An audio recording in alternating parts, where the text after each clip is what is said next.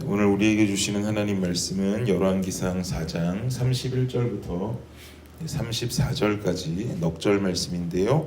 우리 한 목소리로 함께 합독하겠습니다. 시작. 그는 모든 사람보다 지혜로워서 예스라 사람 예단과 마홀의 아들 헤만과 갈볼과 다르다보다 나음으로 그의 이름이 사방 모든 나라에 들렸더라.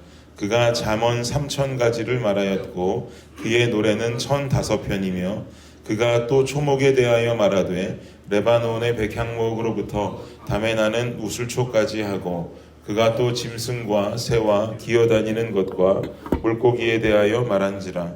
사람들이 솔로몬의 지혜를 들으러 왔으니 이는 그의 지혜의 소문을 들은 천하 모든 왕들이 보낸 자들이더라. 아멘.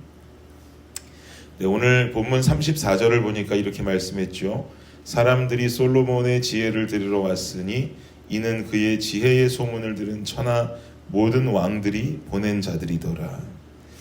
세상 다른 나라 왕들이 사람을 보내서 솔로몬의 지혜를 듣고 오게 합니다. 그만큼 하나님께서 솔로몬에게 주신 지혜가 너무나도 탁월하고 대단하다고 하는 소문이 주변 각 나라로 전해진 것이죠. 그러니 각 나라의 왕들이 이런 지혜의 가르침을 듣기 위해서 사람들을 보내는 겁니다. 비록 우리 성경 안에는 솔로몬이 두 창기의 모습을 재판하는 그 한 장면만 드러나 나와 있지만 그것은 한 대표적인 예일 것이고 분명히 솔로몬의 지혜에 관한 사건들은 그보다도 풍성이 많았을 것입니다. 그러니 각 나라로 그 소문이 나고 그 소문으로 인해서 사신들이 이 땅으로 넘어오게 된 것이죠. 당시의 지혜의 대명사는 다름 아닌 솔로몬이었다라고 볼 수가 있겠습니다. 솔로몬은 하나님의 지혜를 얻고 난 후에 그 지혜를 자기 자신만을 위해 사용하지 않았습니다. 도리어 그 지혜를 자신의 나라를 위해서 사용하면서 엄청난 국가적인 이득을 보게 됩니다. 하나님의 지혜를 통해 얻게 된 하나님의 축복이다라고 말할 수가 있겠죠. 그럼 이스라엘은 솔로몬이 가지고 있는 하나님의 지혜로 말미암아서 얼만큼의 어떤 국익을 얻게 되었는가? 첫 번째는요, 성장과 풍요의 축복을 얻게 됐습니다. 열왕기상 4장 21절에서 23절을 보면 솔로몬이 그 강에서부터 블레셋 사람의 땅에 이르기까지와 애굽 지경에 미치기까지의 모든 나라를 다스림으로 솔로몬이 사는 동안에 그 나라들이 조공을 바쳐 섬겼더라. 솔로몬의 하루의 음식물은 가는 밀가루가 30고르요 굵은 밀가루가 60고르요 살찐 소가 10마리요 초장의 소가 20마리요 양이 100마리며 그 외에 숫사슴과 노루와 암사슴과 살찐 새들이었더라. 이스라엘이 당시 취하게 되는 영토는 유브라데 강에서부터 블레셋 그리고 애굽 국경까지 이르는 넓은 영토를 차지하게 됩니다. 이뿐만이 아닙니다. 솔로몬이 사는 동안에 다른 나라들이 이스라엘에 조공을 바쳤다라고 말하죠. 그리고 솔로몬이 먹는 하루의 음식물이 밀가루가 30고루, 굵은 밀가루가 60고루, 살찐 소가 10마리, 비롯한 어마어마한 숫자의 동물들을 잡았다는 거예요. 이걸 솔로몬 혼자 다 먹진 않았겠죠. 학자들이 말하기를 왕궁에 있는 자들과 함께 먹은 양을 기록했을 것이다 라고 말합니다. 어쨌든 이렇게 성장과 풍요의 축복을 누리게 되었습니다. 솔로몬은 하나님이 주신 지혜를 이스라엘이라는 나라를 위해 사용하고 그로 인해 얻은 하나님의 축복은 굉장히 큰 성장과 풍요의 축복을 누리게 됩니다. 두 번째는 어떤 축복을 누리게 되냐면 평화와 안정의 축복을 누리게 됩니다. 24절 25절을 보면 솔로몬이 그강 건너편을 딥사에서부터 가사까지 모두 그강 건너편의 왕을 모두 다스림으로 그가 사방에 둘린 민족과 평화를 누렸으니 솔로몬이 사는 동안에 유다와 이스라엘이 단에서부터 브엘세바에 이르기까지 각기 포도나무 아래와 무화과 나무 아래에서 평안히 살았더라라고 말합니다. 솔로몬은 하나님께서 주신 지혜를 가지고 주변 국가들을 강압적으로 다스리는 것이 아니라 주변 국가와 민족을 평화롭게 다스렸습니다. 그러자 25절은 기록하기를 솔로몬이 살아있는 동안 유다와 이스라엘이 평안히 살았다라고 전하고 있죠. 이 구절에서 재미난 사실은 유다와 이스라엘이라는 표현을 하고 있는데 실상 아직은 솔로몬 정권 하에 있기 때문에 남유다와 북이스라엘로 분열되기 이전의 시대거든요. 아직 한 나라란 말입니다. 그런데 지금 성경은 말하기를 유다와 이스라엘이다라고 분열된 국가처럼 말하고 있단 말이죠. 이 이유는 앞으로 솔로몬 이후에 이스라엘에 일어나게 될 분열의 역사의 복선을 깔고 있는 것입니다. 어쨌든 솔로몬이 살아있는 동안 이스라엘은 평화와 안정의 축복 또한 누리게 됩니다. 이 또한 하나님께서 주신 지혜를 통해 얻게 된 축복이에요. 마지막으로 세 번째는 올바른 문화유산의 축복입니다. 31절과 32절을 보면 다시 한번 읽어볼까요? 시작. 그는 모든 사람보다 지혜로워서 예스라 사람 에단과 마올의 아들 헤만과 갈골과 다르다보다 나음으로 그의 이름이 사방 모든 나라에 들렸더라. 그가 잠언 3000가지를 말하였고 그의 노래는 1005편이었으며. 오늘 본문에 해당하는 말씀이죠. 솔로몬은 하나님께서 주신 지혜로 잠언과 시편을 기록하였는데요. 자그만치 잠언만 3000편, 노래는 1005편을 작성합니다.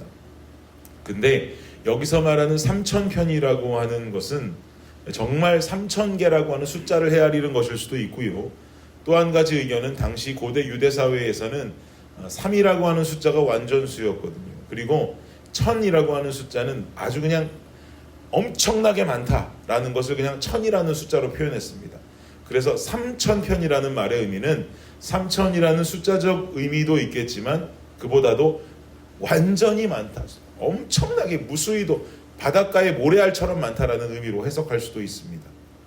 어쨌든 솔로몬은 굉장히 많은 수의 잠언을 기록하였고 시편도 기록하였습니다. 이것은 솔로몬이 가지고 있던 지혜의 기록입니다. 특히나 잠언은 지혜서라고 하죠.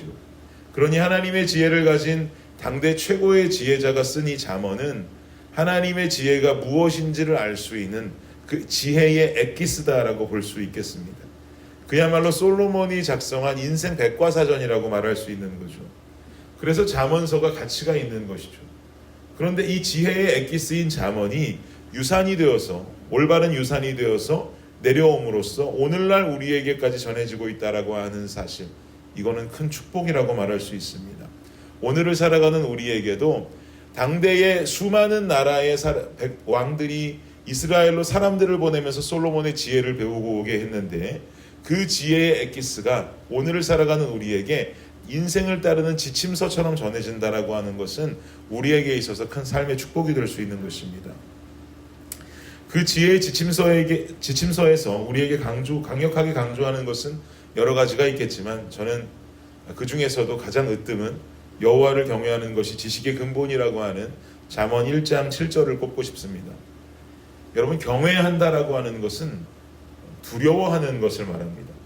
무언가를 두려워하기 위해서는 그 존재가 살아있다라고 하는, 그리고 그 존재가 우리 곁에 있다라고 하는 인식이 첫 번째입니다. 그래야 그 존재에 대한 두려움을 가질 수가 있게 됩니다. 자, 여러분께 한 가지 질문할게요. 여러분, 호랑이가 무서우세요? 불개미가 무서우세요? 저는 불개미가 더 무서워요. 아니 그 불개미가 호랑이랑 대하면 아무것도 아닌 요만한 존재밖에 안 되고 호랑이한테 그냥 한번 물리면 죽을 수도 있는데 어떻게 불개미가 더 무섭습니까? 라고 말씀하실 수 있겠지만 여러분 생각해 보십시오. 호랑이는 실존합니다. 그렇지만 우리가 보는 호랑이의 모습은 동물원의 철창 안에 갇혀있는 모습밖에는 볼 수 없어요. 오늘날에도 여기 프레시타임 앞에 나가면 주차장에 호랑이가 한 서너 마리 돌아다니고 있다면 당연히 무섭겠죠. 근데 우리가 보는 호랑이는 철창 안에 갇혀있는 동물원의 호랑이일 뿐이란 말이죠. 그건 두렵지 않습니다. 철창을 가운데 두고 서로 마주하고 있는 호랑이는 거기서 뛰쳐나올 리가 없기 때문에 두렵지가 않아요. 근데 날이 따뜻해지니까 여러분 요즘 집마당에 집을 짓고 살고 있는 수천 마리의 불개미들이 얼마나 많습니까? 얘네들은 두렵단 말이죠. 우리 실생활 속으로 들어와서 잔디 깎거나 잔디밭에 나가서 걷다가 잠깐 서 있다 보면 언제든지 잘못 개미집을 밟아서 내 발을 올라타고 발이든 다리든 곳곳으로 그냥 수천 마리가 물어뜯어서 우리로 하여금 하루 종일 고통스럽게 긁고 있게 만들기 때문입니다. 그러니 호랑이보단 불개미가 무서워요. 내가 볼 수 있고 당할 수 있고 곁에 있기 때문이죠. 하나님을 두려워한다라고 하는 것은 그 존재를 향한 두려움입니다. 그분이 하늘에 계신 분이고 어떤 미지의 공간 속에 계신 하나님이라고 여기면 그분이 두렵지가 않아요. 그분을 경외할 수가 없죠. 그러나 하나님은 성령이라는 이름으로 우리 안에 계시고 우리와 늘 동행하고 계신 줄을 믿습니다. 이 사실을 인식할 수 있어야 그 존재를 두려워할 수 있는 거예요. 경외할 수 있단 말이죠. 그 지혜가 여기서부터 시작한다라고 솔로몬은 말합니다. 사랑하는 여러분, 하나님은 말씀이라고 하시죠. 우리가 읽는 말씀 속에 하나님이 숨어 계세요. 말씀이신 하나님이 그냥 영영 책꽂이에 갇혀 계시면 그 말씀이신 하나님을 두려워할 수 없어요. 말씀을 펼치지 않으면 그 말씀이 우리 삶 속에 들어오지 않으니 경외할 수 없어요. 늘 곁에 있어야 하고 펼치는 말씀이 되어야 동행할 수 있는 비처럼 하나님은 우리에게 임하시는 것이고 그 존재가 우리는 함께하고 계시기 때문에 그 존재를 두려워할 수 있고 그 존재 앞에 죄된 삶보다는 올바른 삶을 살기 위해 몸부림치는 삶을 살 수 있게 되는 것입니다. 그래야지 그 안에 숨겨진 하나님의 진리가 진정 내 삶을 이끄는 진리의 말씀이 되는 것입니다. 솔로몬의 삶도 생각해 보세요. 솔로몬이 여호와를 경외하는 것이 지식의 근본이라고 말하였고 하나님이 주신 이 지혜 가지고 하나님의 나라를 번성하게 다스렸던 전성기가 있었는데요. 너무나도 안타까운 건 솔로몬의 말년은 너무나 슬픈 말년이 되고 말죠. 수많이 두었던 이방 여인들과의 어떤 그런 통혼과 아내들 때문에 이방 잡신들이 들어오게 되고 솔로몬의 노년은 그 아내들의 권위에 못 이겨서 그 잡신들 앞에 가서 제사하고 분향하는 이런 잘못된 모습을 보이게 된단 말입니다. 하나님을 경외하는 것은 우리 삶 속에 계속 연속되어져야 하는 지속성 속에 있어야 하는 줄을 믿습니다. 그러니 우리 믿음은 언제든 그냥 방심할 수가 없는 거예요. 그냥 늘 우리가 이렇게 새벽을 깨우고 기도하는 삶이 어제 있었다 그래서 오늘을 방심할 수 없는 것입니다.